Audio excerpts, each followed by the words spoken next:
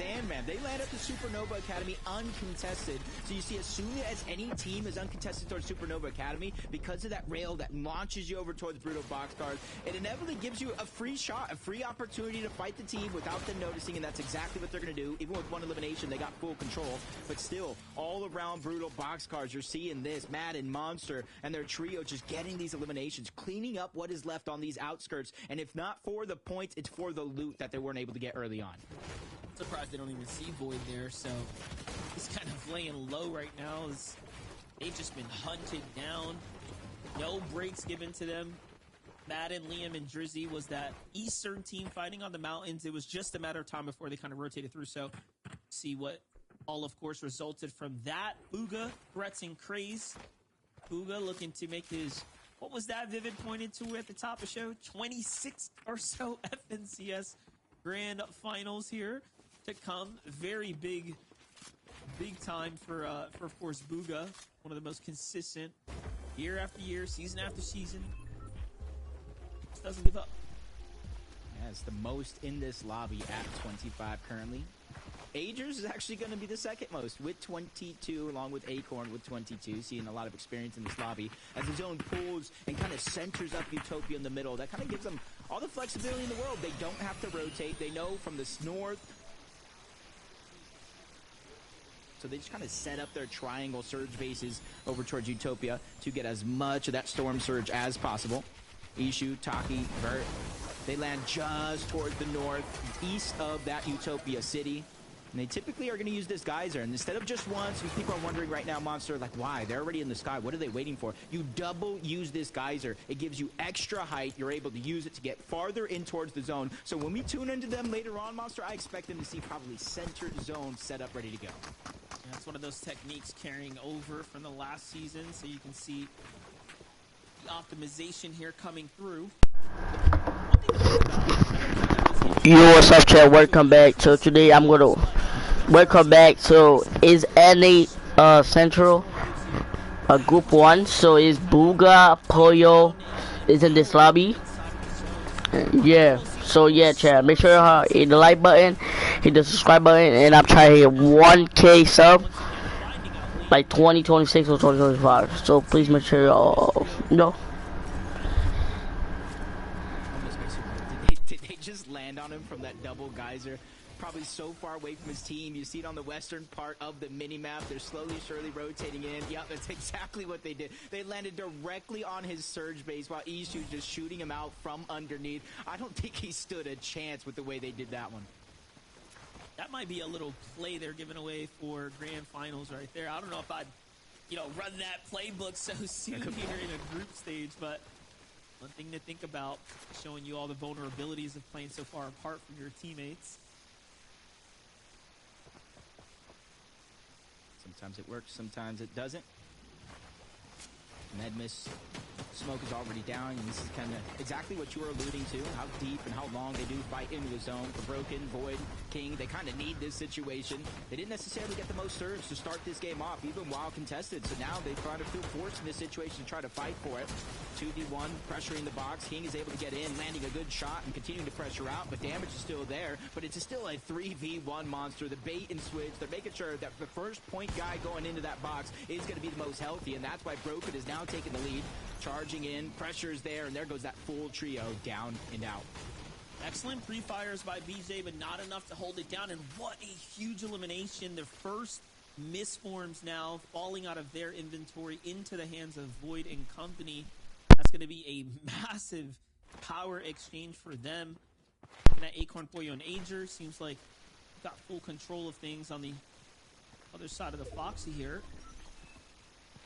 Again, this is about as ideal as it gets right now. Cat material loadout, this natural high ground, and then you see the loadout perfectly situated right now for an end game. So it's all going to come down to fishing for damage here and just staying consistent now.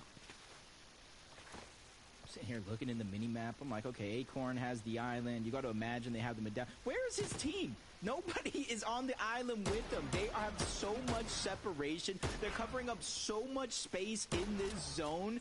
that they're able to kind of do what they want. Agers is on the north side, west of Foxy Floodgates. You got Acorn on the island. Let's go on hunted. Where is Poyo? He's on the other side of Foxy Floodgates on the mountain. So they have the west covered, they have the east covered, and then they have Acorn sitting in the middle, ready to help whoever needs it at any given time. This is just a perfect kind of scenario for what looks like the Major 1 champions.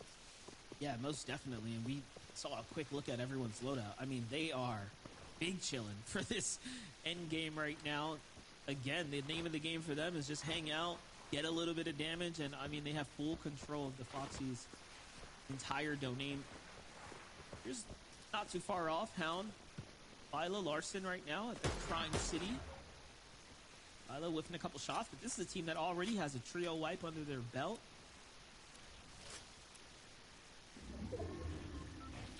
Kind of see him looking off in the distance in the minimap. You see that little chest there where one team's already on it.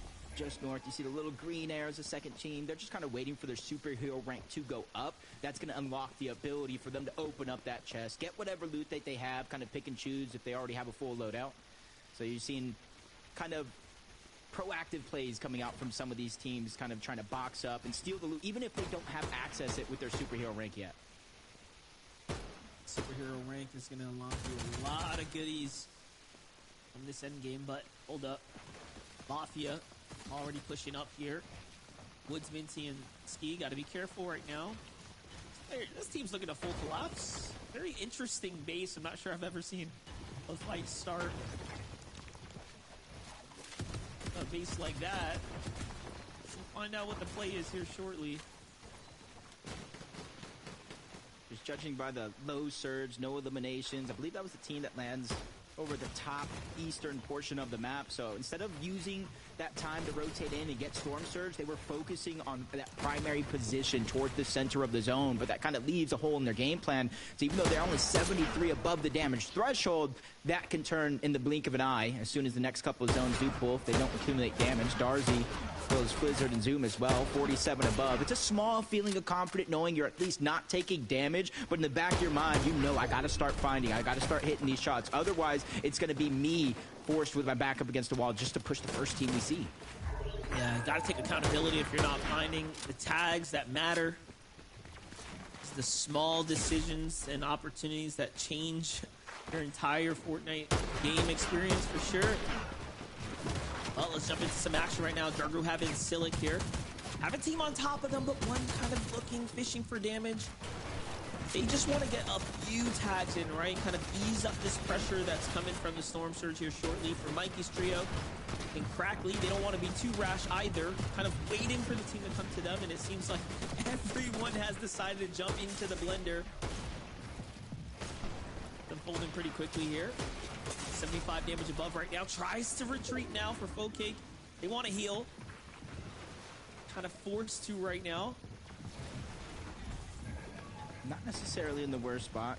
Moments ago, they were above the damage threshold. Much better than Jargoo, Havoc, and Silic, who are 273, which is more than a full shield elimination. Crackly probably looking to take some of their focus, but Jargoo used that misform to try to reposition, but he's still trying to go on the offensive.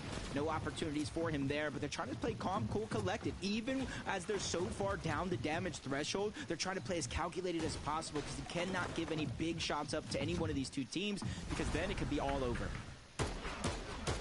I mean, answer this, Jacob. Can you misform and block a Storm Surge tag? Like, have we seen that tested to some degree? The timing on that one would be actually pretty safe. I want to say it's possible because I've seen that misform mitigate every single ounce of damage so far, but Hypers loses Focake, and they're still falling below that damage threshold. But with the Outlaw Shotgun, all it takes is one shot to turn the tides of not only the fight, but your damage threshold, but that's not going to come into play this game, at least. That full trio is going to get wiped by Jargoo, Silic, and Havoc. They're going to be able to live to tell the tale and hopefully get in his zone sooner rather than later. That's how you handle being below the surge. Well played by them. Very few teams will make it out of that type of situation alive. I mean, you had three trios all on top of each other for Smas, Electro, and King Beast. Oh, no. A lot of damage coming through. It's a world of trouble here on the horizon for Smas. Tries to find a tag. This is the crucial one that mattered there, but boxes up the team. Okay, almost got out of there with the tag he needed. Oh, that was a great play. That was getting him to cancel the med kit. Active Storm Surge. That's exactly what you got to do, Monster, in situations like that. You almost can tell if you're above the damage threshold by what, 200, 300, 400, and you know a team is recklessly pushing you as far away from the zone as they have, you kind of get a semblance of, hey, maybe they're low on surge. If we could just survive long enough, that will do the work for us, and that's exactly what just happened. Rise, VG money now. Outside the safe zone here. Gonna save, forced to kind of make this rotate here and now. Go a bit earlier than the other teams to find themselves in better positioning. Comes the rest of the trio now.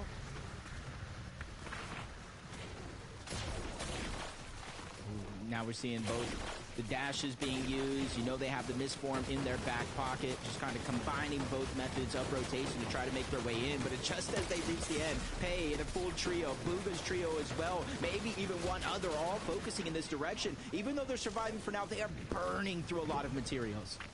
Yeah, for sure. You saw for a second there, Rise switched that med miss in case things got super.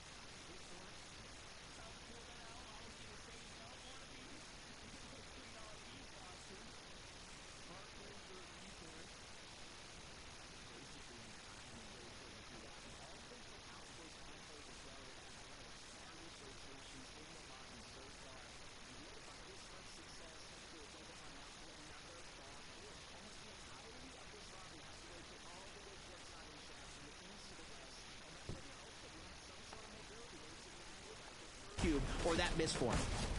Alright, chat, I'm back. What's happening? What's happening right now? Gosh, are they smashing through this lobby right now? Another team falls beneath them, just cracking under pressure here in the end game, recharging up these dashes now. Bro, where's Pollo? Dash right there. Chat, I think Bugha win the game number 1. Go here.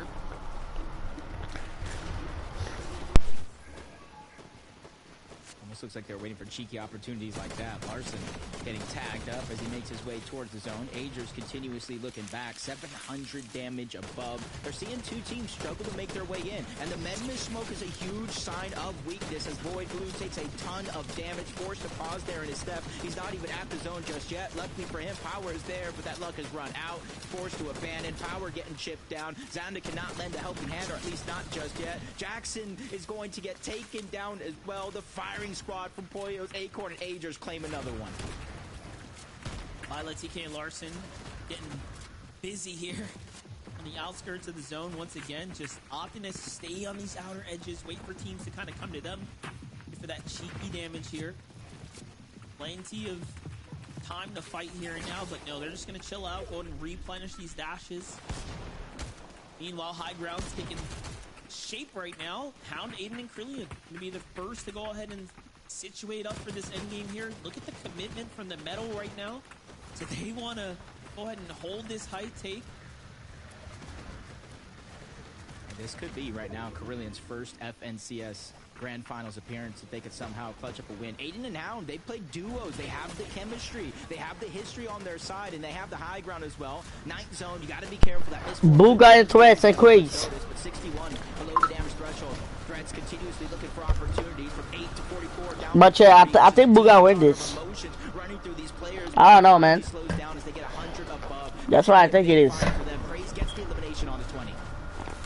Oh, no. I forget to change the... Hold on, chat.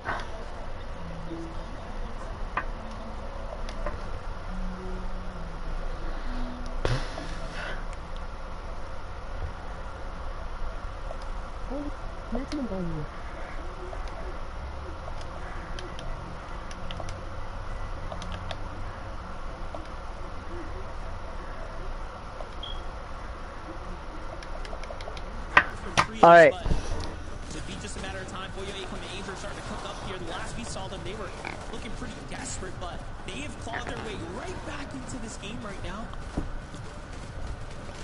And you're seeing the beauty in action of that Demon's Domain. He's able to get the shield medallion back on up with the big pot 100, but a BG Money Rise, they're on the hunt. That's Pylon. They were able to get a knock onto one, but Pylon's just trying to backtrack in towards the zone, give himself some time to work with, especially since now they've been focused out. Time for him to make that decision for TK. Do I get the revive? Do I not? And it looks like he's going to have to continue this one by himself relatively because he's so far away from Vila. I'm not sure they could reunite at this moment. Here goes a fight for high ground. Oliver OG and Diego go for it. Carillion, Hound, and Aiden lose the high ground for a second there. Diego, Blake, and Oliver, the more experienced trio, managed to time it. Hound, the force of the low ground here. So close, yet so far from a victory royale. Now they're going to have to fight for it for the low ground. G-Money denies that opportunity, though. Carillion falls, Aiden falls. It's all up to Hound. Meanwhile, Boyo Acorn Rangers, token in hand now. And they're taking full advantage of that misform play. Or sorry, med misplay in the zone there. This is all starting to collapse now, Jacob. This is just a chaotic endgame. Everybody's just getting destroyed by this zone. It went up the mountain, down the side, so if you weren't planning ahead, you're probably back in the lobby watching all this one play out as Hound. He lost his teammates. He lost the high ground, but he gained an opportunity to tell his story here late into the game. Even with Vert getting cleaned up, Aviv, G-Money, Rise, they continue to steamroll through trio after trio here. I mean, these are big points right now for Boyo Acorn and Agers. Kings of the low ground now. Oliver OG and team come down. They're trying to get a piece of the action here. Looking to seal up the win here, but no team has really given resistance to Boyo and Acorn down to the low ground. Rise, Aviv, and G-Money, though, starting to fall apart here. Playing as a duo, hit to hit right now. It's all going to come down to timing here and now. If they misplay this... We got Diego at the high ground. And Oliver too. We got Acorn and Adrius and Pollo and the low ground. Okay, I think Pollo win this. Oh no, Acorn way down. But we got Diego and the high ground standing high ground in the state. And we got Ellie Adrius and up there, but he got tagged. Acorn way down. Diego fighting Adrius, but Diego of the game. Oliver OG with the win. Congratulations to Ager. No. Okay. Congratulations to Oliver OG Diego with the win. Game number 1. But okay, let's talk about it. I know. Okay, so Diego was on the height, and Echo was in the with low ground. So yeah, I think definitely Diego win this, because if you're in the high ground, if you take high, don't die, that's where is you gonna win the game. Look at what you do. He took out Agers and then boom, done. Oh man, what a win for Oliver OG, Diego, and Blake, man. Congratulations to Diego, Oliver OG, and Blake. See you in the grand final. Right there, that's what I like to see. Oh my gosh, they've secured themselves a spot in the grand finals of Major number 3, and they will look to compete for one of the spots for the global championships. Oh my gosh, looking at Diego's inventory there at the very end, bro, they've got nothing, and they still come out on top. I was scared, guys. I'll admit, I looked over when we swapped to the Poyo POV and then like 15 elims. I was like, well, yeah, that's fine. Game number 1, we could give it to him. And then Blake, Oliver OG, Diego Play said, no, hold on, Zeke, just wait, just watch.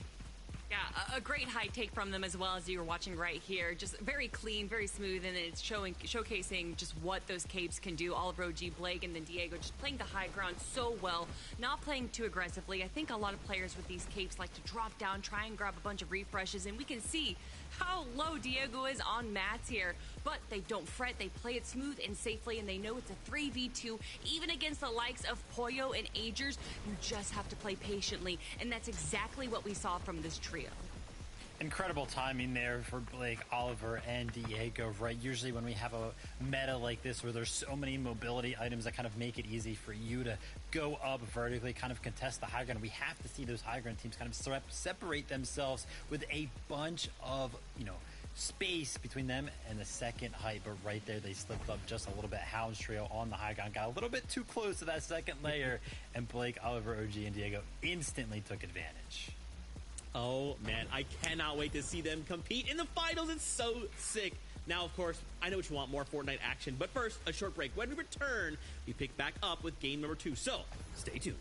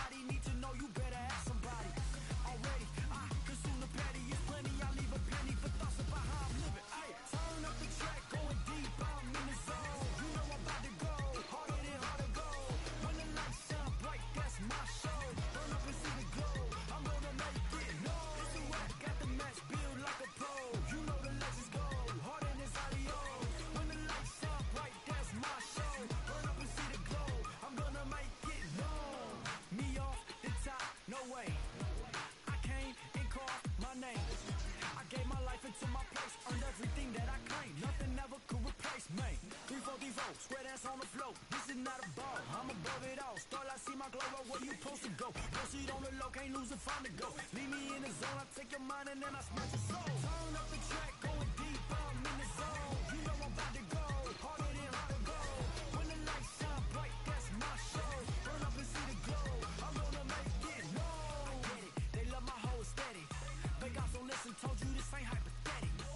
Answer the call, prove this once and for all. Can't reach me with an arrow, summer nights I never fall.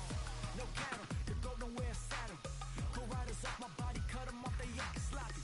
Already, I consume the petty. The vision's 2020, believe your eyes are winning.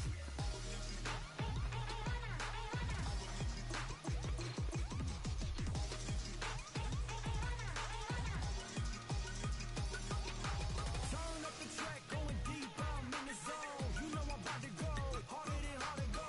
When the lights shine bright, that's my show. Burn up and see the glow, I'm gonna make it known. This is what got the match built like a pro. You know the legends go, harder than this audio. When the lights shine bright, that's my show. Burn up and see the glow, I'm gonna make it known. The track going deep, I'm in the zone. You know I'm about to go, harder than hard to go. When the lights shine bright, that's my show. Burn up and see the glow, I'm gonna make it known.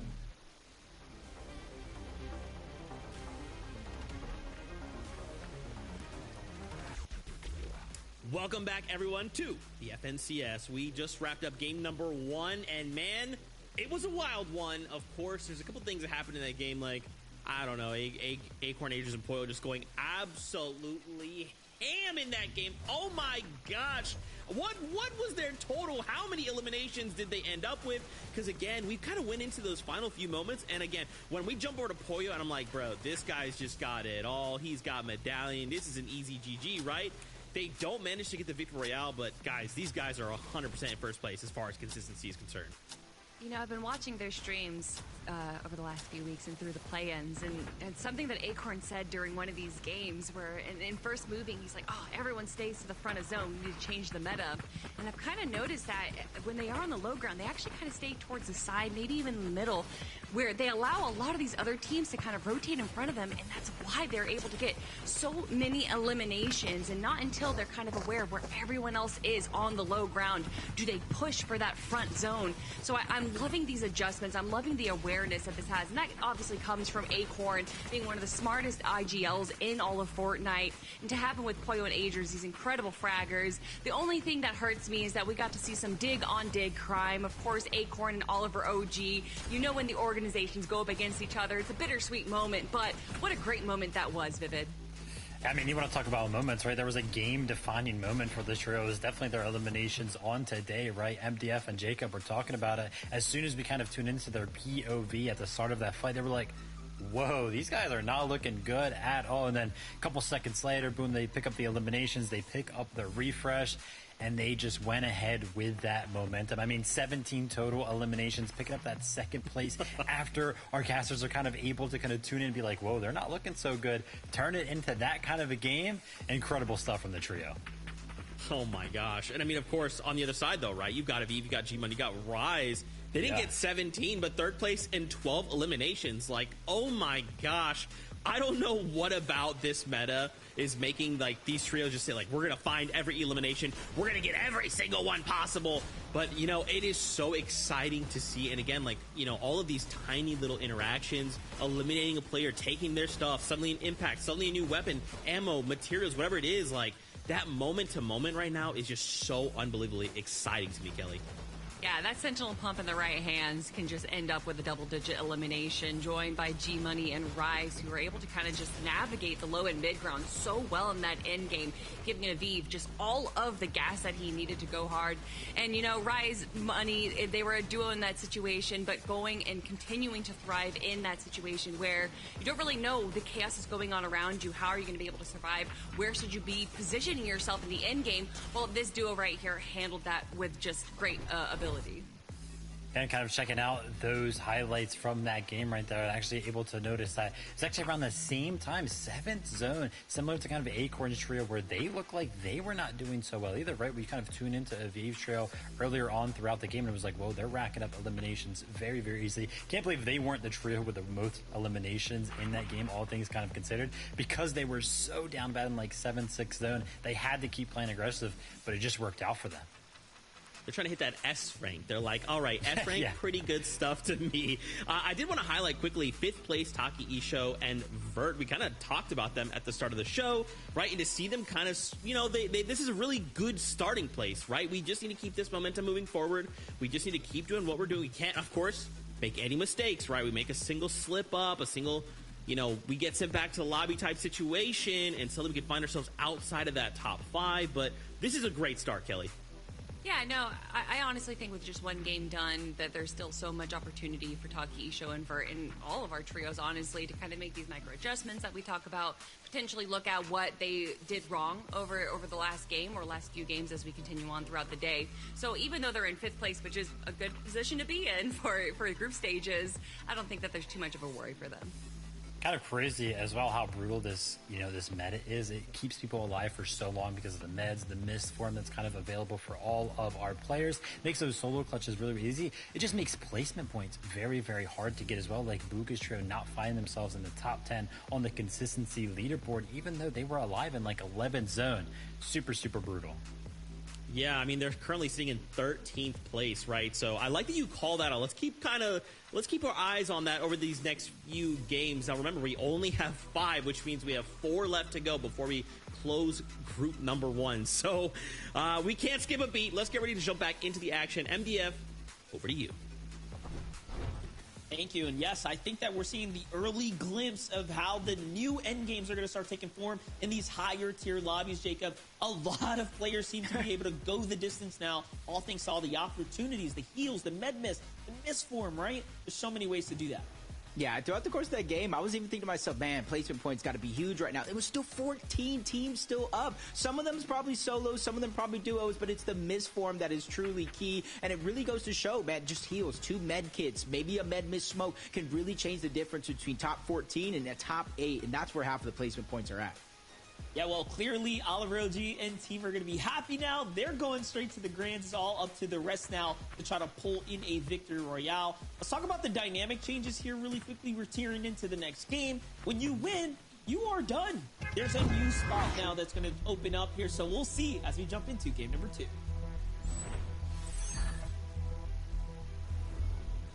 With proven success from that drop spot already, Monster, we'll see if anybody is daring enough to switch it up. Already a victory royale, and I think most of the community thought Oliver, Blake, and Diego was going to make it in, but more so on the side of consistency. And when I have that in the back of my head, if I'm one of those teams that is in a contested drop, maybe I start to move my way over there. If not this game, probably games 3 or 4. I mean, Aiden, Hound, and Carillion had high ground early. They were the first to take it, invested all their metal, and still raised themselves many layers above the rest of the teams. But somehow, some way, Oliver OG's team still managed to get up to high ground and contest them and give them a run for their money. So it was, I think, really well fought for, right? And earned, honestly. Yeah, and I thought more teams would probably be going for high ground. I think that's something we're going to see as the games do continue on. Only so many teams can survive down below, but back at the Resistance base, a contested fight that we saw early on in game number 1 kind of settled in one direction, and already an early down is going to go on way of Paige, Boogeyman, and Quick, who won the fight in game number 1, and back-to-back eliminations as all 3 go down 2 games in a row. Quick, Pay, and Boogeyman playing very well early game. They carried that into the mid game before falling before, so a lot of lessons to be learned there. Priscilla on Kadios and Bait, one of those first few teams, of course, looking to try to see if they can make their initial Grands. This is contested, though. Standoff right now, but Priscilla caught off and out of bounds, essentially, there.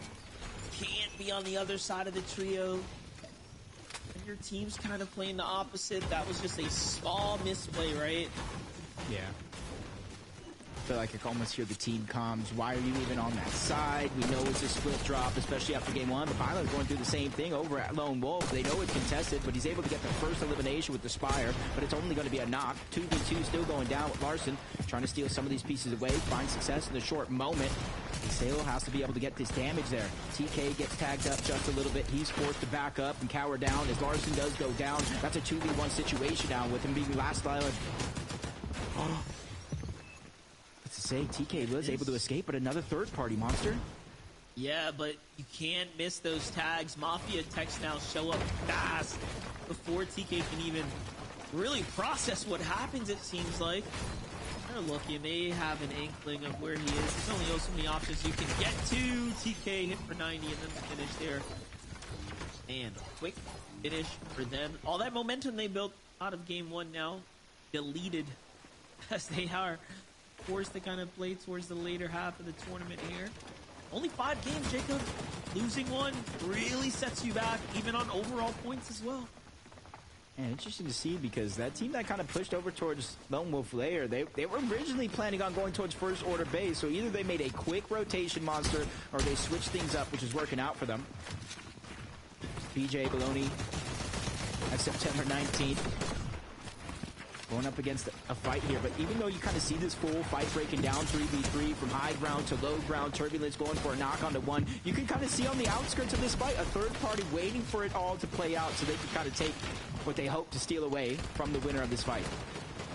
Interesting about this fight is, you know, the first game we was able to tell very clearly the teams were deciding, maybe it's not worth finishing. This time, no. Much different story. They're pushing it through to the end, and then you have Boogeyman sneaking up right now. So for one team wipe, looking to get into the next one. They've heard the shots. They see what's going on here. But it seems like the team's already hunting down the one solo left, and I don't even know what's going on right now. The 3-2-1 here, Jacob. It's an interesting decision, too. A lot of strategies so far from the couple teams that we saw already kind of changing up. Because in game one, they won their off-spawn fight. They looted resistance base. The zone was relatively close, and they played the rest of the game at normal. They probably saw something throughout that course of the game one. The contested fight going on over towards their west, and they're looking to try to take advantage of it, but nobody's rotating in that direction. I feel like for Boogeyman, Quick, and Pay, they just got to continue on with the rest of the game, just like they did in the first one. Another team lurking right here. Oh, the missed shot. Can't miss those tags right there. That ambush foiled now. Zonda gets away. Power FN already has the high ground here, looking backwards now. OK Kuiperson, Luckin Dog. Oh, I'm going to have to give this one up right now. Missed opportunities, big time right here. We'll come back around and check their damage later as the surge turns on. We'll see if we find them below. We'll know why. For Drizzy, Liam, and Madden, though, trying to make up for that mid-game fault that they had last time.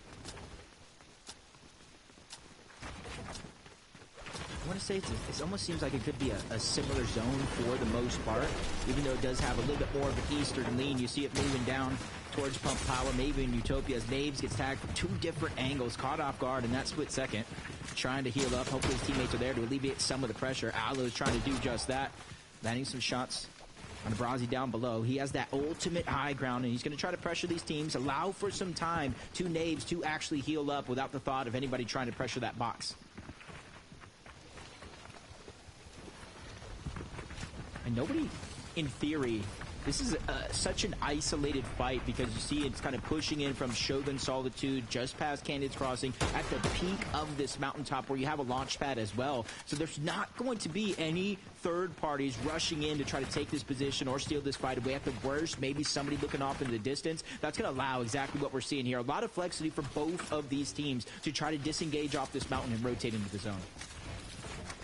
Funnily enough, though, both teams thinking the same exact thing, like, let's kind of give it up. Look, Brazil, Cinema, they still think the trio's up top, but kind of already gone. Back to the Crime City, though. Power Blue, Zonda. Probably not finding tags off that surge base. Now they're saying, hey, whatever happened to that team that was in the city with us? They turn back and they find them. Hyper's just going to fall here, and their whole entire plan is starting to crumble. OK has a chance, though, to kind of turn this back around, turn this into a 2v2. He did get a knock. That's the difference maker. It looked like he was going to try to hide, play hero when his teammate did go down, but him getting that knock kind of changed up the entire course of this fight. Now Blue and Power are looking at how are we going to save Zonda? How are we going to keep him into the game? Focake with another angle, but he only has the DMR, so there's not a lot of pressure Focake can put down single-handedly. Oh, but Lucky Dog's here, but no, shots from the distance. They're going to kill every opportunity they had. Kind of turn this around, and Power gets a shield crack, and Luckin doesn't put the builds down. Oh, no. And then the team in the distance snipes one of them as well. Fortunate circumstances going down. This is the problem we talk about, especially one of these contested POIs. The third parties coming in from Predator's Peak. Luke, Phoenix, and Pandas. They're able to get the elimination over towards the resistance base. And this is a team that didn't even land here initially. They went back towards the resistance base, trying to get whatever loot is left on over, and they ended up landing against the team of Quick, Pay, and Peace. They get the elimination, and now they basically double up their loot. Well, stood around longer than they should have. Look at that. Clean finish off the Pay, right into the box. Fearless for Venox. Remember Boogeyman and Pay, they had the trio elimination, and then they were trying to lurk, catch another team off guard, and instead irony attacks here as they end up being a team ambushed on. Back to the game plan as usual. It's going to take a quick peek. There's not too many teams contesting that island, so it's going to go uncontested Agers, Acorn, and Pollo yet again. Following in the same blueprint of their game number one. They weren't able to get the win, but 17 eliminations, Monster. Another game like that, they might have top 5 locked and loaded, ready to go. It's still got to play it out. On the other side of the map, you're seeing a fall from grace or an attempt at it. They're just trying to chop down the high ground, so that way it becomes an easier battle that they think they can take. A lot of mats committed to him too, but give that a second. We jump in with Tex. Hades and Mafia right now. Great shield crack here on the bait. Oh, this team's got them cut off on the second layer too, but Mafia falls by the shotgun of Moncadios on the other side of the wall. Bait though, here it is, the exchange. Hades gets the follow-up, and there's the full finish. They're going to have to play for the save here shortly, but there's another team lurking nearby. Pressure's on now to perform here. Please, Monster, you correct me. Anybody in chat that's watching, correct. Is this the most fighting we've seen in a group stage ever to start a tournament off? From game 1 to game 2, it just feels like they're just endless. Teaks, Hades, they're the last alive. Mafia's not there. I bet you they got their reboot card, but they need to figure out a way to disengage. And it just got even harder because there's another third-party team moving in to try to close the distance. Teaks does go down, so it's all going to be up to his teammate, the last alive on their team, to try to get these cards and reboot them back into the game. Yeah, look, it could be, you know, attributed to the lack of cash cups this season, right? Like we said, not too many set lobby chances to really get it in. So what you're seeing could just be the raw, unfiltered take at these games. Teams seem to be getting caught completely off guard left and right inside of the storms here. And then so many ways to push, right? You got all these dashes, misforms. And it just seems like confidence at an all-time high. Then you add in stuff like this, the Med Miss Smoke, where it's kind of your entire team can carry a stack of 2 and make sure everybody stays alive for so long. Gray is trying to escape, but he knows it's eventually going to be over. If he doesn't find himself with elimination, he did his best, but he's going to fall short of the marker. Luckily for him, though, just leaving the minimap on the eastern edge. You see Core just trying to escape. There is a launch pad there. There's a lot of different mobility in the game that we were talking about, so hopefully for him, he has some HP to regain, whether it's med kits, Chug Chug, or Med Miss Smoke, to try to get his team back in the game. Well, nicely played for them. Jumping back to some of the big boys in the lobby. The vets here, Bugha, Brazen Threats, falling short last game in that end game. Again, 13th place with how much time alive they attributed to that round really shows the difference, the significance of Misform, Medmiss, and all the other, mobility items that you have available and at your disposal here. Now we're getting to see how the Misform can be used for the W key as Vert, Escher, and Taki get a knock and immediately collapse in. Looking to burn that first Misform there. Absolutely worth it. They secure the loot here. This is at the center of the Shining Span now. This could be good control for them, too, depending on where the zone continues to move. There's no outskirts. There's no edge of zone currently here at Shining Span. We have seen in Majors Pass 1 and 2 zones go over towards Shining Span. And whoever's the one that's brave enough to kind of claim the top of that bridge usually ends up performing well, as Woods just kind of get 3-2-1 by the entire trio. He's going to fall. They immediately use that Misform to close the distance. No one missed the shot there. He fell before he could even react.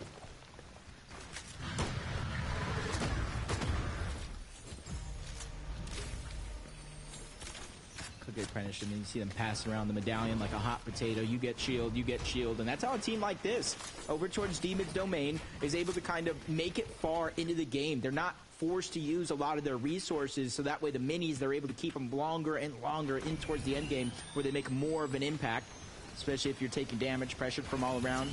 Just outside Lone Wolf lair, Turbulence, Amen, Lucky T, they're able to survive using every single resource at their disposal just in order to just get that revive. They do have the Med Miss Smoke, but now is where they got to start thinking. The zone is pulling so far away where they're currently at, all the way towards the eastern edge.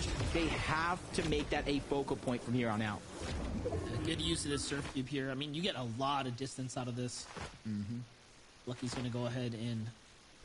Looks like he's seemingly getting back to some old loot there, but I'll catch up with them in a second. As, again, got to get to the safety first. Guard, Havoc, and Silic by the Kappa Kappa factory. See that stat right there. Silic and Jargoop both played their first FNCS finals last season, placing 21st. Let's see how much they've managed to learn in their end game high-tier lobbies.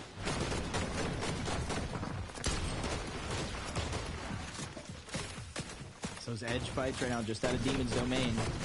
Two teams currently battling it out, 3v3. Electro and his trio versus Jackson and his trio, but there's a whole nother one coming out of Demon's domain and a solo player just towards the east. So the longer this fight goes, the harder it's going to be because they're using so much material, which you could already see they don't have a lot of. 3 points so far, that coming from eliminations in game number 1. That puts a lot of pressure on them to survive. So that way they don't have those mental kind of roadblocks throughout the rest of this tournament.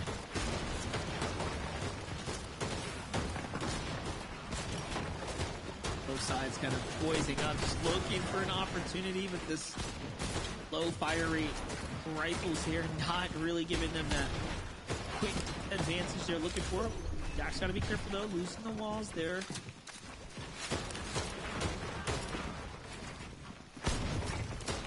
I would say they kind of got blessed there in a moment. Zone didn't pull too far away.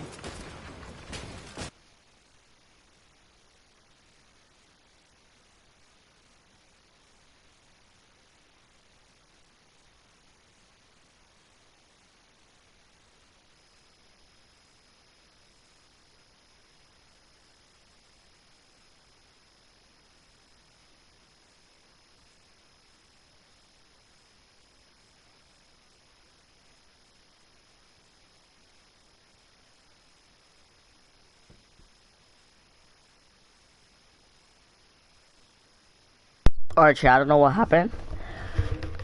I'm about to back. Oh my gosh.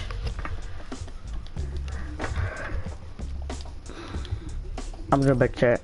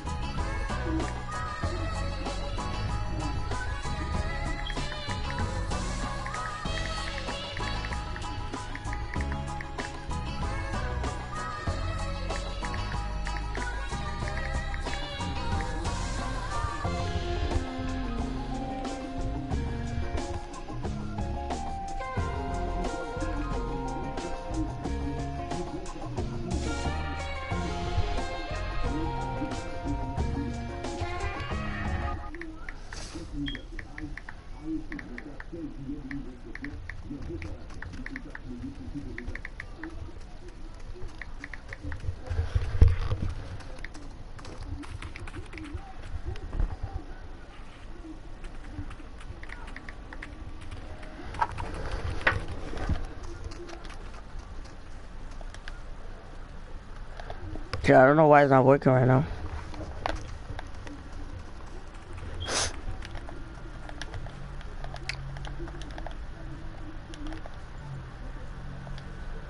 Why does it still laggy?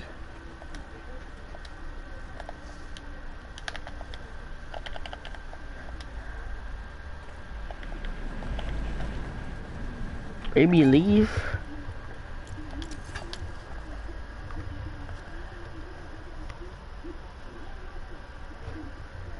Yeah, should I just, let me see what happened.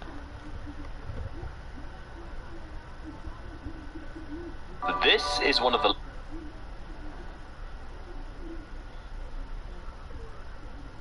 Keeping the tree up from the other tree, so they really don't want to attract attention right now. Seems like Bugha and Krazer are trying to play for endgame here. Almost strictly consistency. Acorn, Boyo, and Adrian.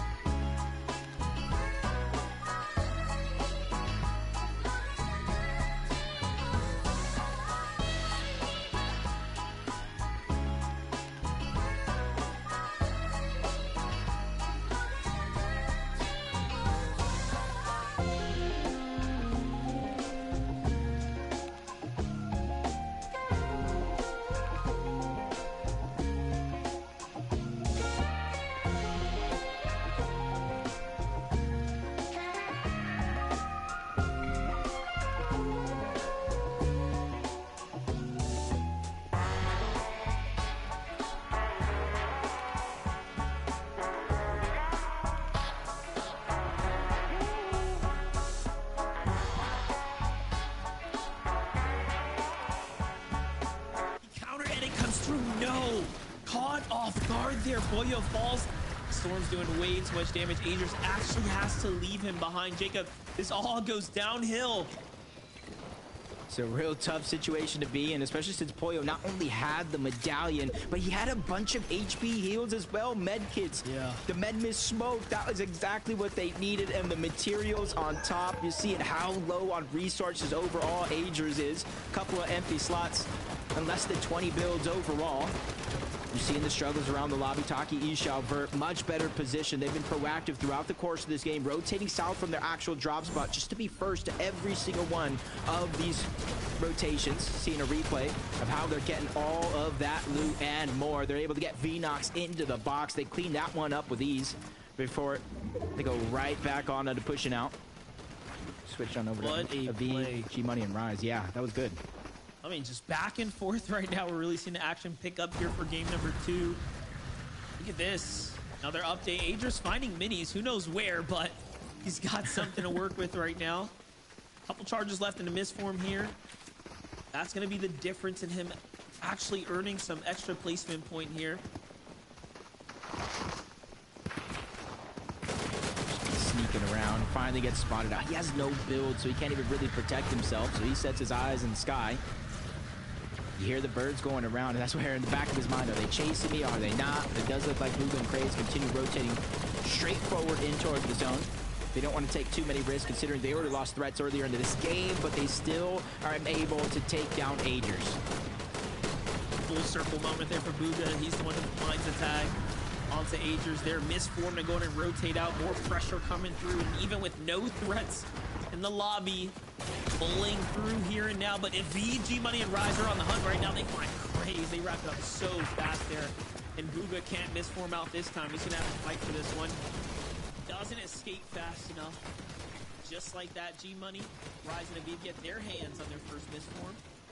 Very big pickup here. Yeah, Misform truly is going to be a difference maker, especially in the right hands. But for now, Crackley, Mikey, Rao, they're on the high ground. But we can see Night Zone already from game 1. Just be a little bit too early for any team to feel safe, especially with the different mobility items in the game that can kind of steal it away in the blink of an eye. Vert, Taki, Ixao rotating towards the left side of the zone. They don't want to be on that ultimate low ground just yet. They know it's too chaotic down there with so many teams wreaking havoc. Yeah, if you're Crackley's team who's holding high ground, you gotta start pressuring these mid-ground layers. Otherwise, G Money Rise will have a chance to take for high ground. But look at this. As I start talking about what is the next textbook play, Ral FN seems like they get collapsed on by Taki, Ixao, and Vert. You blink and you missed it. Now they are in control of things here, and they're really starting to push through. Look at the big find here. Vert with the recap. Now max material. My gosh. They have everything they need to win this one here. Aiden, Hound, and Cerulean, though, thinking about that last game and what went wrong this time. They say, no, they're going to play low grounds and mids. No need for height too soon here. You're going to find a new misform. That's basically 4 extra charges. A lifeline there in the back pocket as a just in case. And Vert, Ixao, Taki, they got the high ground, have not looked back. They continue to pressure every single team down below them. Does not want to let second height even think they have a chance, forcing them to burn through their match as G-Bunny, Rise, Aviv continue to dominate the low ground. 3rd elimination so far. They're trying to have that calm, cool, collected demeanor to make their way through the rest of this game. So 20 players up here, 11 duos or trios, teams kind of mixed in this end game right now, and really showing you how much players are able to go the distance right now. One thing's for certain though, high ground is big chilling, and this is what happens when you get zone. They have so much mats to play with.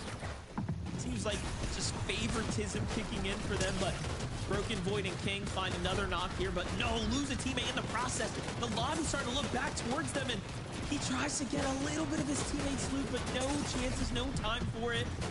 And just like that, they're done and out. Aviv, G Money, and Rise starting to look good for them. Aiden and Hound as a duo, playing very well here. There's the finish onto Liam. Misform here, still has a lot of options to play with. Fortunately enough, those weren't his actual eliminations, so no side for him to keep him alive. Blue's already down Zonda and Power trying to smoothly move through the low ground, but Power gets caught out at the tail end. Now Zonda can be left by himself. A battle versus Day on the other side, and the tables have turned from being aggressed on to trying to run away, but he's still going to go down. A bunch of these teams that we just saw in full getting torn apart, stuck as duos, stuck as solos, but in the clouds right now, Taki, Isha, and Vert, they have not been challenged. The Shining Span Bridge has been a huge thorn in every player on the low ground side. Yeah, G-Money and Rise and Aviv playing very well low and mid-ground here. However, starting to run a little thin on the material counts. They're going to all drop back into the storm here. Okay, very interesting. All right, chat, who's going to win this part? Then probably looking to misform We got Aviv, Rise, and G-Money. Are going to get very interesting here. Who's going to win game number 2? And we got G-Money, Aviv, and G-Money. And Rise go down. Oh my God! What's a play by I? But you can see up above, they've just been waiting for this. They let them fight. They used it as a distraction. Now Taki, Vert, Isha are in full control. They were just too patient, taking their time, recognizing that they shouldn't jump the gun. I think Taki win this. I think Wadis win this. I think so. I think they win this. It's all going to come down to this smart fight for G-Money to take, but Vert finds the tag to win the game.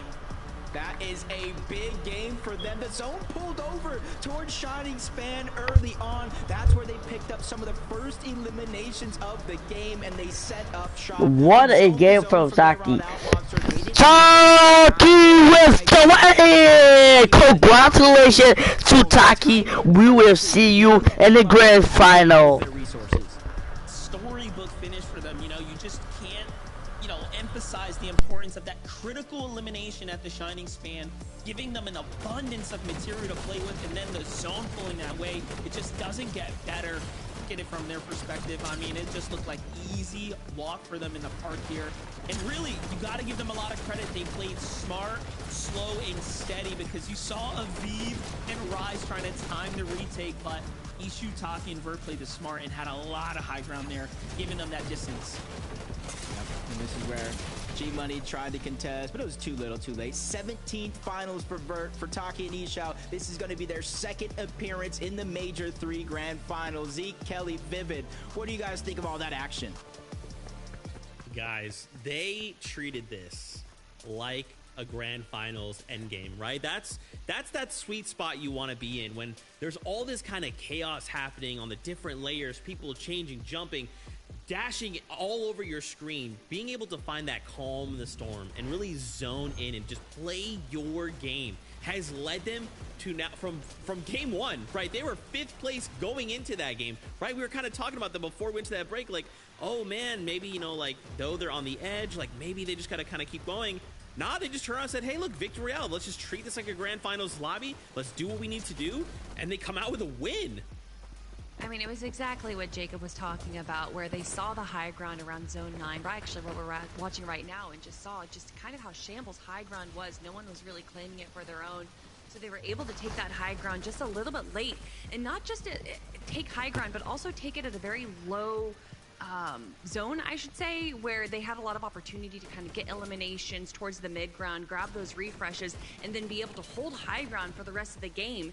And then they kind of just waited for the rest of the lobby to get those eliminations. I know that a lot of people say high ground wins games, low ground wins tournaments, but for, the group stages, they don't need to worry about winning a tournament. They just need to worry about winning the game. Yeah, I feel like everything Kelly just said right there could be, you could put more emphasis on that. Simply, being the fact that it's like, oh wow, they took high ground early on, right? And we've seen some teams kind of fail to do that earlier on because it's just hard to maintain the materials kind of needed to do that. But again, we're talking about a team here that just made it to their second FNCS finals, right? 2 of the players on this trio. That type of win that we just saw is something that we kind of expect out of like one of our more experienced teams, right? Like maybe like Acorn's trio would have won a game like that, right? Especially early on in the game. In the day, game number 2. So this trio, the story seems almost too good to be true sometimes, making it to their first FNCS final last major, following that up with a game like that to make it into the finals again. They look good. I've written a script or 2, not a big deal. Anyway, let's go to a break. When we come back, only 3 games left to go before Group 1 closes, so stay tuned. You won't want to miss any of the action.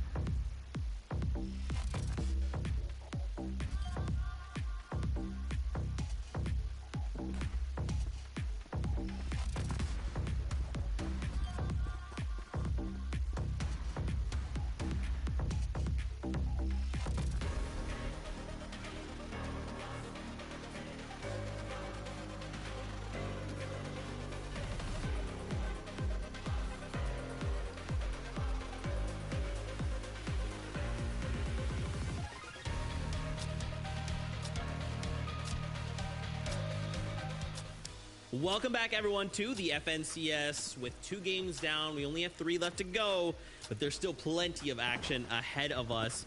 So let's talk about that last game, right? More chaotic than before, but still some amazing plays coming out.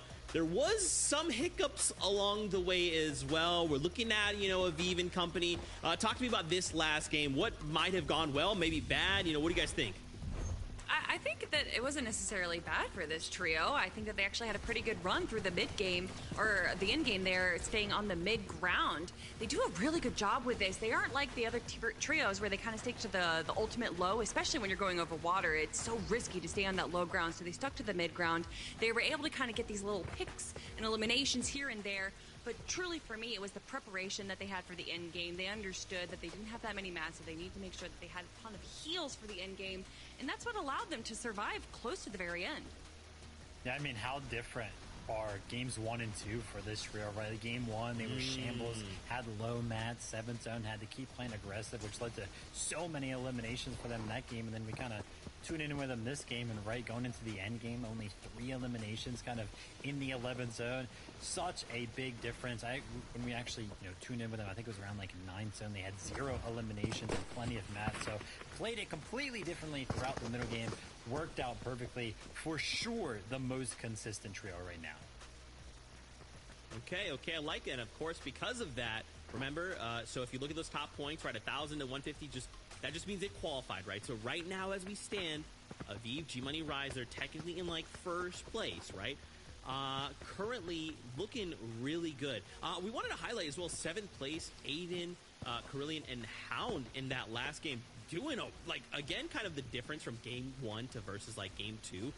These trios just really coming alive, right? Like, I don't know if it's that pressure. Maybe it's just like first game jitters, or like, who knows? Maybe going into the first game, just like, let's just see what kind of happens. But game 2 for this trio, very, very strong showing. Yeah, especially with just kind of how weird that end game was. I do appreciate the fact that they were able to play it so well. And one of the there's only 2 players out of this trio that have actually made it into an FNCS Grand between Aiden and Hound. Carillion is one of the more green players that we have. So seeing him being able to kind of keep up with the rest of the players, although he did go down a little early, is definitely a great showing for the potential that he has going on into the future.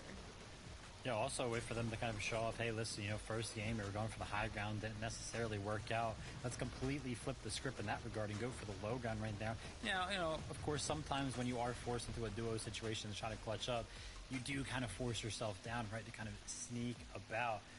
But, yeah, speaking about trios kind of going down and force themselves into peculiar situations, Agers, Acorn, and Pollo kind of going down extremely early that game. But I do kind of go ahead and say, Zeke, that the fact that they went down early in game number 2 and effectively got almost 0 points, they had a couple eliminations, they're still in second place on that consistency leaderboard, right? It's just like one game. That game 1 was so good. Yeah, I don't know, man. It's like, they could kind of have this weird game where we're against Surge and we're like just making plays, and you have games 1 where they give 17 elims in a second place. Like, I don't know what's going on, but who knows? Maybe they'll just say, all right, Zeke, we're just messing with you. We'll get a victory royale. We'll see. Game 3 is ready for us. So, casters, take it away.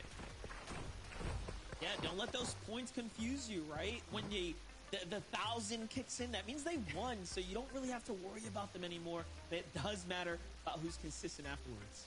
Yeah, and I'm kind of using the EU as a blueprint earlier on today. It was 189 points to get into that top 5. Some of our teams are already close to that threshold, but others, there's still 3 games left. And I was kind of talking throughout the course of that game. There's so much action, not only through the end game, but throughout the entirety of the matches. Yeah, and you know what? With game 3 here, I mean, there's only a couple more opportunities, Jacob.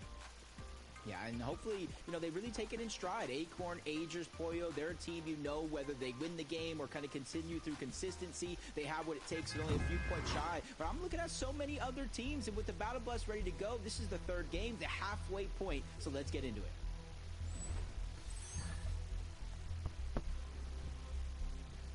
As I continue to kind of look down the list, it's rather stacked. Alright, chat, game number 3 start now. Let's see who's gonna win. Game 3. Staying alive from top 17 to top 12 could really play a pivotal role throughout game number 5 as we close out the day. But this is the halfway point, game 3. And so hopefully a lot of these teams really start to make these moments count. Gotta make the moments count. Gotta make every single game earn you as much as possible, but hopefully pull that victory royale through. You know, again, and we talk about when you win the round, new draw spots open up, right? Teams get pushed out of the lobby, so there's less to worry about, which means you have more flexibility. If something isn't working, maybe you can kind of adjust your strategy. Jump into the Flooded Frogs, though. King, Void, and Broken in that same standoff as before. This time, it seems like Priscilla learning from the Game 2 error there, sticking with the team now, opting to go in and play the opposite side and then, you know, kind of swing around, possibly rotate a little bit earlier here. Give themselves a true chance for game number 3. That's just the unfortunate thing is just kind of see the loadouts on one side from the other. Bunch of Sentinel pumps for Void, Broken, and King for the most part. Down below, it just kind of seems like a bunch of SMGs, ARs, kill switch revolvers. So it's not necessarily the best loadout from that split drop. The biggest thing that they do have on their side is the amount of shields that they do have, from minis to bigs, all of them effective 200 shield and HP. Big moment right here, big opportunity. This is essentially the point in the tournament where you can still turn things around. After this, becomes an uphill battle and really puts all the stress on pulling through with the victory royale. If you're a team like King, Void, and Broken, you know, you've earned so many points. You just want to kind of coast to the end of the tournament at this point. Lucky Turbulence and Amen have to find something big here and now, but Lucky T gets crushed right there with a big tag. Baloney, BJ, and 919 finds himself for the first time in the early game kind of on the back foot here.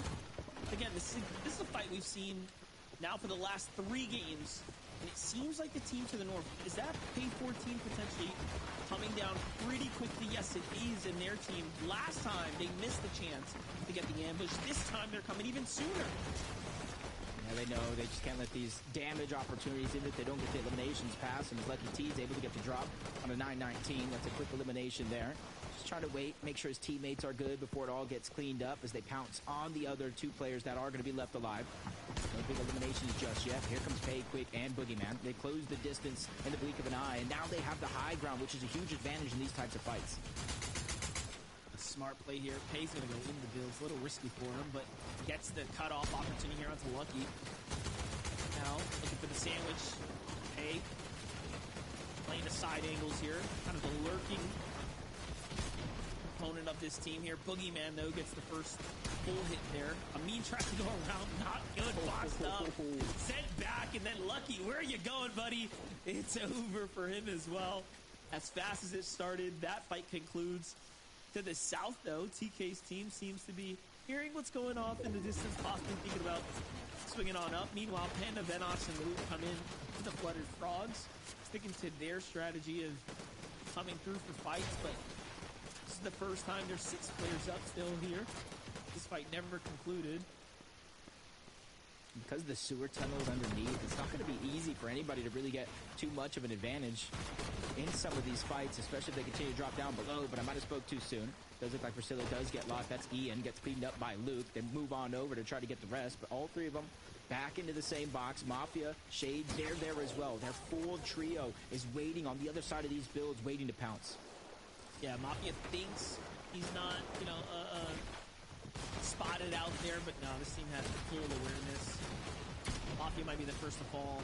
He definitely is. Tex and Hades now has to turn this one around. Nice cone up, but Luke slips out the box with a dash.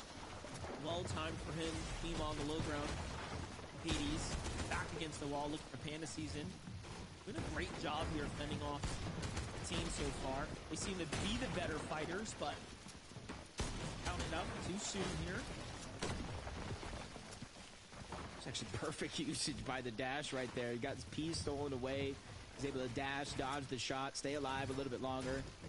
And this was a good opportunity for Teeks and Hayes. Even though they did lose their teammate Mafia, you have to know that there was so much damage there for them to clean it up. And that's why I liked how aggressive they were actually getting. But just a couple of seconds, that's all it took. They all kind of converged into the same box, make sure that they could heal up while a couple of them hold the pressure out.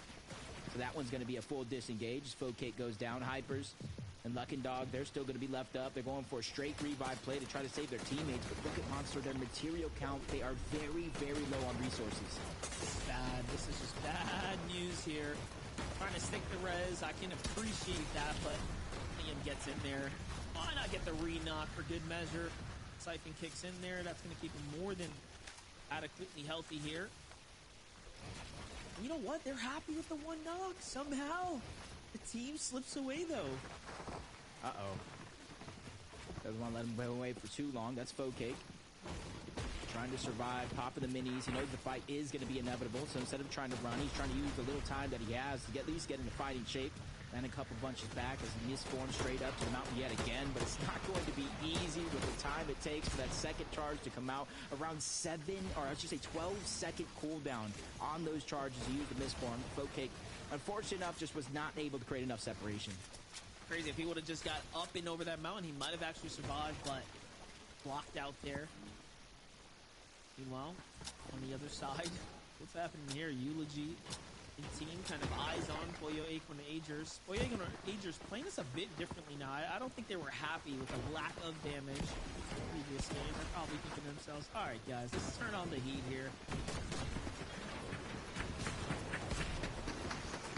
As they don't find a fight, Liam, Madden, and Trio just continuously going from one to the next. It's a whole nother team. After they finish off, I think, an elimination onto Focake. Now they're looking for more, and this is what Kelly was talking about, the AoE with those dash sprites. So now Madden's going to get free from somebody else's resources, seeing Woods run away, and that's going to allow them to easily close the distance with the dashes, the Surf Cube. Liam should be able to put pressure on the Woods here soon. Surf Cube would have been excellent right there to go ahead and kind of surprise Woods, but doesn't even need it. He's got his team kind of coming at all different angles. These could be eliminations that lead them straight to A rank right here, but hold up. Woods, though, putting up a good fight. Could have honestly turned the tide there for a second. Still healthy as well. 161, though. My gosh, the double shotgun shots here from Madden and Liam. Going to wrap that one up. Wondering how a fight like this started. Oh, my, Madden with the DMR, 2 back-to-back headshots, just melting the HP and shield, getting the knock, and that kind of basically boosted up the confidence for them to push on over. Back on over to the resistance base side of the map, northwest, and you're seeing at least 4 teams directly here north of the resistance base, and you're seeing at least a solo player on the eastern side of the mini-map. So at least 5 teams kind of converged in this small location. It is in zone, so not too much to worry about just yet, Monster, but if it pulls away, it's going to be tough for this rotation to happen. Yeah, that was a successful reboot onto Mafia there. So well played for them. They're kind of back in the game, but damage likely to be very, very dire. G-Money Rise and Aviv. Dash is ready to go. Fully in action mode here. Making their rotates. Pollo, Agers, and Acorn. No strangers to the storm this time, though. Again, looking for a bit more damage than they picked up last round. Oh, they're going straight for it. Yeah, they know somebody's down there. And typically Canyons Crossing, if you're in Canyons Crossing at least, not necessarily landing here, it's almost like a sign of weakness, I should say. You're low on loot, you're looking for scraps, you may not have as much shield or mobility that you were hoping for up to the spot. And I think that's what's kind of building the confidence for Pollo, Agers, and Acorn in this situation.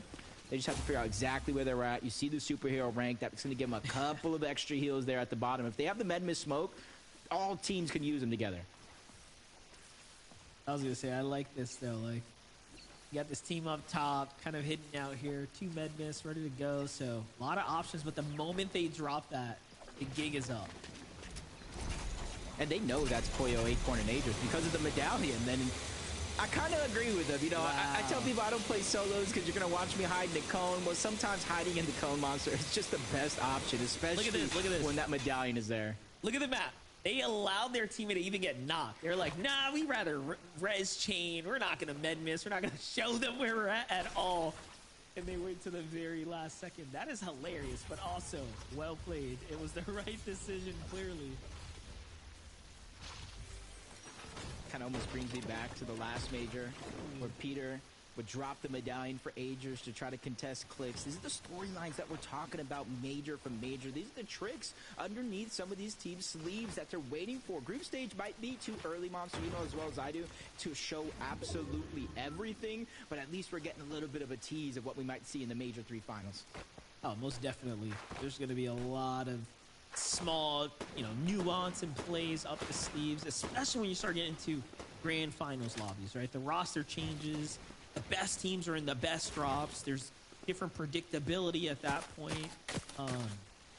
Yeah, grand finals. Stay tuned for that. That's gonna be crazy. But Acorn, Aegis, and Pollo keeping the pressure here now. We know exactly what they wanted to do. They wanted to get a fight going. He finds Zonda here the moment they enter into the safety of this next area.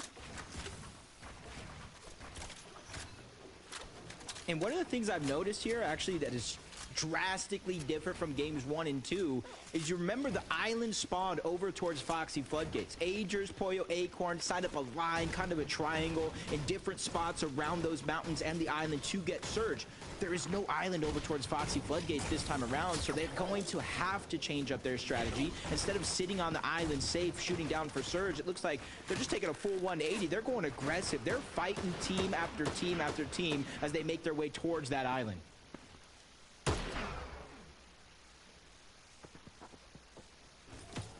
Little hold happening here for Havoc, Jargo, and Silic.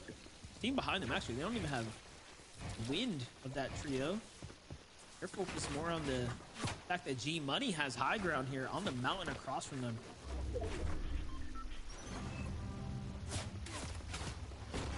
Still have yet to use that misform. Might have to if they don't want to burn through all these big shields here. See how it plays out for Jargo. So bad. Reboot happened where you kind of think it's relatively safe over towards the top side of the map. But Bugha, Crazed threats, they always rotate on the slow edge of the zone, and that's where they were able to find 2 more eliminations. It's not a ton when it comes to that Storm Surge. That's 2 more eliminations worth of points, boosting them further and further up the leaderboard. Remember, it's win and you're in through 5 games, or the top 5 on that leaderboard through consistency. So every single point matters. So that's a crucial find for them, even if they're not able to find that 3rd and final player. All right, and that pushes them straight into A rank, as you can see there as well. So really set up for success here. Still opting to play this kind of outskirts. You can see off in the distance a player misforming. Not too pressed to push, but the tags are going to be welcome. Surely they've done enough. 4 elims is plenty of damage worth.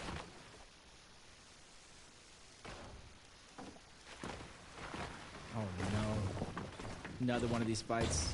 And it's in the zone with some elevation towards Flooded Frogs. Got to be very, very careful. Exactly this will happen. Other teams inside of their bases are going to look over and see this as an opportunity to get some free damage, especially since they are so distracted. The quick boogeyman to pay.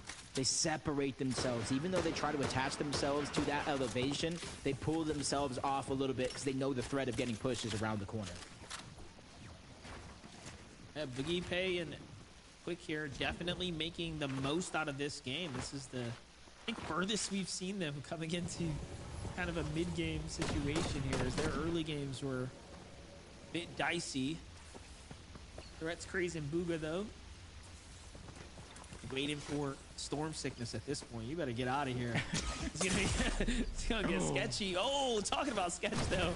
Hold up. Big tags coming through. Where's the whites for threats? Hold up. There it is. Medmiss forced to come out here. That's earlier than they would have liked. Like a different Pollo, Aegis, and Acorn as well.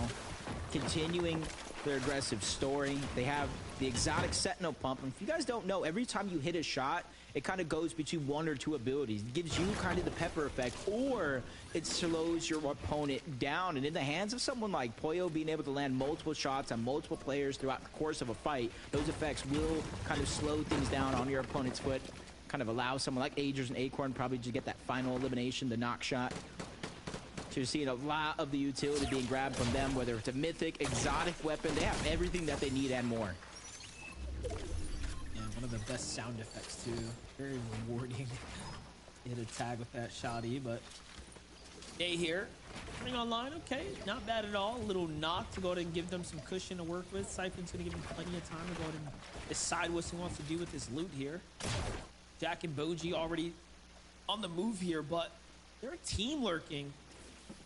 Fliz kind of coming back here. Boji absolutely spotted out. Oh, wait. That build there, a little bit of a troll for Darzi, giving away their position. So Boji on high alert after that one. Cut off, I like the play, but Jack and Day are coming back here to support. Using the dash as well, so truly forced to commit here at this point. Yeah, perfectly timed. They were trying to close the distance to try to save their teammate. Exactly that. But there's a whole nother team. I'm not even sure they've saw. They know with the zone pulling further and further distance with how stacked this side of the zone is, their overall south, because they're even rotating into a few more teams. The timing is definitely of the essence. They have over 700 damage above the threshold, so that's not going to be a worry in the back of their mind. But Boogie, Pixie, they're below, along with Avenger. One of them's going to get knocked. That's going to get above the damage threshold. They just need to figure out a way to slow things down and survive, though. Yeah, they kind of have to take that fight. Look, this is a fight for storm damage here. That Storm Surge online, giving the warning. Zoom, Darzi, and Fliz needed it as well. What an opportunity for them where it was almost all over. That trio kind of collapsing in was the thing that they needed. Who would have thought?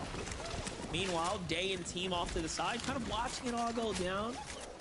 Trying to, I guess, analyze the situation, right? Feel it out. What all just unfolded? Where do these two teams come from? Yeah, that positional awareness as well, kind of knowing where everybody's at, especially when these zones continue to pull towards the north and then a far eastern pull on top of that one. Knowing that everybody, including Poyo, Aegis, and Acorn, that were positioned on the western side of the map is going to have to make that long rotation on over. And some are realizing also that timing is of the essence. You want to start to rotate quick, especially if you already have accumulated that Storm Surge throughout the course of that game, because you don't want to be one of those teams that's just held out by the majority of the lobby. There are so many teams on the heels of Aegis, Acorn, and Poyo. No one has shot yet. That's how far this zone is. Everyone's like, all right, you know what? They don't know we're here. I'm good with that. Let's rotate. Finally now, Aegis, Acorn, and Poyo feel comfortable enough to start turning on the gas pedal. Coin dropped right there for the shields for Poyo. They gotta move though. Did you see that stat that popped up? Did you see that stat? Throughout the entirety of Major 2, they didn't take a single hit of Storm Surge. Today alone, they've gotten 31 ticks of damage from Storm Surge. A huge change up of the game plan of Aegis, Acorn, and Poyo. Something you wouldn't necessarily expect, especially considering he's one of the best IGLs. Bait, Ian, Mikado's 175 below the damage threshold with active Surge. Priscilla, instead of getting knocked, is going to go down. Bait's going to have to figure out something here, because he's now getting ticked by the zone itself and Storm Surge. Oh, yeah, no. Couldn't survive much longer, it seems. Falls into Storm there. Hayden and Hal team are going to be the gatekeepers here on the edge. Peeking out, don't quite catch visuals onto Moncadios, but I mean, this player's 390 below. It's a matter of time. Let's just see who's going to go ahead and find this elimination here at this point. There it is. Aegis gets awarded. Just peeking around at the right time, right-hand corner. And there's basically 2 eliminations worth of damage. Big hill to climb, but at least he can kind of rethink the strategy with the rest of the team for game number 4. 257 damage, though, above the threshold for TK, Byla, and Larson. 39 points so far. Not where they would have expected to be, but with this game and 2 more left to go, all it takes is one big moment, a couple of big plays, a few eliminations to really change the difference.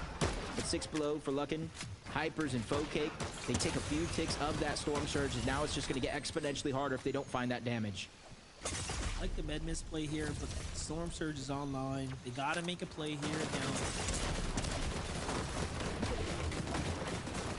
This is bad. Nothing but bad intentions from Bugha side too. You see the shots coming in, the pressure's online. Great tag there. But already other players join in on the action here. The frenzy of shots and fire. Bugha's team's gonna be the first to secure loot. TK, Byla, and Larson though. Also below the Surge. What all went wrong for them? At least they're above now, 32. Playing The Disaster down below, continuing to trade shots. Any damage is better than none. Now looking off to the distance, seeing a full team rotate on by, but because of that misform, they're going to be relatively safe. Majority of that way through. Shots able to sneak in, but 98 above. They're figuring out a way to just get a few shots to connect, even if it's not a massive confidence-building moment. As Aviv, Rise, G-Money able to steal away that elimination. Almost 1,000 damage above the threshold. Eliminations for them isn't even about Surge, it's about resources. A lot of mats fall in there. Isla, Larson, and TK find a refresh as well. And another team, what just unfolded for this squad is kind of going through enemy builds. That's the danger. Gotta be careful there. Bila levels up to his layer. And now all of a sudden, they're really in this game here. Zone's gonna pull further and further south though. Aegis, Boyo, and Acorn just master rotates here time and time again. This game really going in their favor so far. Seem to be in full control at the moment of the end game here. Another team is gonna fall to them. It's Boji. Seems like it was just a matter of time. Jack caught there too. Day escapes, but for how much longer?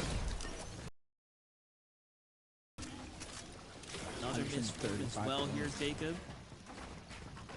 They're just looking like they're just making up for that last game. I think they got relatively low points, if any at all, and they say, well, now we got to go ahead and get 2 games worth of points here.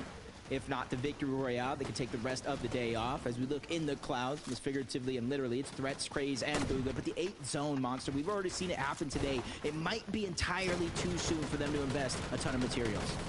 Yeah, you know what? I think they're desperate. You know, after those first 2 games, not finding the placement points they needed, Bugha, Craze, and Threats are, you know, again, almost trying to force the win condition at this point. We'll see if it's the right decision. There's still the big names left in the lobby, like Boyo, Aegis, Acorn, G-Money, Rise, and of course, you know, being very much situated there ahead of them. So I'm a bit concerned, but so long as, you know, Boyo, Acorn, and Aegis stay on the low ground, I think they'll be okay up there. Just great damage on the Bila. They get the knock on the TK. Larson's down as well.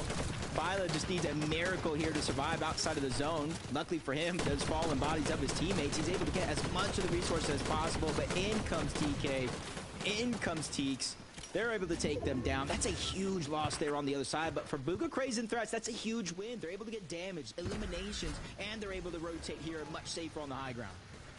Aviv, G-Money, and Rise at the front side of zone, but Boyo, Acorn, and team are going to be rotating right behind them. So this is going to all unfold here, and now you see them kind of cutting them off. Aviv, Rise, and G-Money, look at their perspective. Very situated, big material, going through the metal right now. They can, you know, kind of can. They have all the luxury to do so. Right in front to a team above. Pays getting targeted out. That's Craze who actually gets the elimination points for that, even though it's Rise, G-Money. And the trio is able to get all of that loot for that fallen body as Boyo, Aegis, Acorn still dominating the low ground. Almost 2,000 above the threshold. It's more about winning a game. It's about proving a point. It's about making a statement for them. Argo, Havoc, and Silic. Another team we got to look out for here. No strangers to high ground. They got Mistform as well. Plenty of options to go ahead and work around with here. Control this low ground layer too. Sandman, 20, and Northern kind of sneaking into the conversation. We haven't said much about them, but they've been one of the most consistent trios on the day right now. Aegis, Acorn, and Boyo find another elimination. This is going to pull them up to 10. There it is. That double Elim worth of points there earned already here. Really starting to rack up. They even got the upgrade from Superhero S+. Every boon they didn't have before, they do have now. That just makes them a stronger team than before as they make the sacrifice. Rise, G-Money, and Aviv, they go deep into the front of zone. They drop the men in the smoke, and they wait for it to catch up. A 200 IQ play. On the other side, though, they're still looking to get aggressive, and now they're knocking on the door. Rise, G-Money, and Aviv down below. They get distracted, though, for a moment, trying to find a path and exit while every other team is trying to do the same thing. That's just more loot for them to get for themselves, but they're taking their time, Monster, because down below, there's a full trio waiting for them to drop down. You can see the effects of the dashes coming out there. So Boyo fully aware of what's all happening below them. Aviv, G-Money, and Rise, though, playing for placement points here. I think they're just trying to say, hey, look, we can solidify our way to grand finals here through consistency. We've done enough. Just stay alive at this rate. The rest falls into place here. He's pieces to the puzzle. Front side is perfectly timed for them. Out of material though now, so they will be forced to collapse here shortly into a trio. Pollo, Agers, and Acorn taking full advantage of these tarps here, walking their way across this heavy material right now. Acorn cutting off the path on the other side as well. Pollo's just following, say, hey, where do you need me, Captain? Even Ager's almost getting boxed up. For Pollo there to save the day yet again, dropping the medallion, changing hands, making sure that Agers is healthy because they know how chaotic this endgame is, and Jardu's feeling it as well. Two of his teammates both go down. That's a lot of pressure on him as a solo to try to get some placement points from up, down, all around, inside of his cover. The zone is going to be the one, after all, to take him down. Couldn't even shoot his way out. Aviv, though, trying to do the same. Misforms his way out the back half of the box there and into the new storm he goes. 6th place so far. Things kind of crumbled for him a moment ago. Waiting for that misform to go in and turn online here. Siphon was available, but doesn't get it in time there. Couldn't find the shot. This might be Bugha win right here.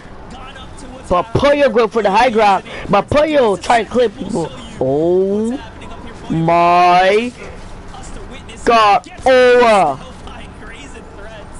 And just like that, it should be their game to win. It's a 3v1 happening here. It's Bugha gonna win this game. It's a 3v2. Here comes Threats to go and close the deal. It's a 3v1. Bugha! Going straight to grand finals. Bugha wants to win the World Cup champion. Bugha! See you at the grand final. The decision, him or Rapid, and so far it's working out. That's going to be his 5th FNCS final appearance. Very good game by them. You know, they played it very well. Textbook, as one might say. But, you know, at the end there, I gotta say, Acorn, you know, bravo. You know, he was like, hey, we know who's on high. Let's just go take a full-on fight. Let's have some fun with this one.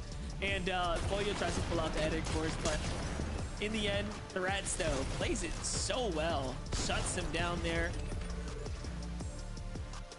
Right there was just kind of the antiques. Yeah, he was able to at least get, I think, an elimination.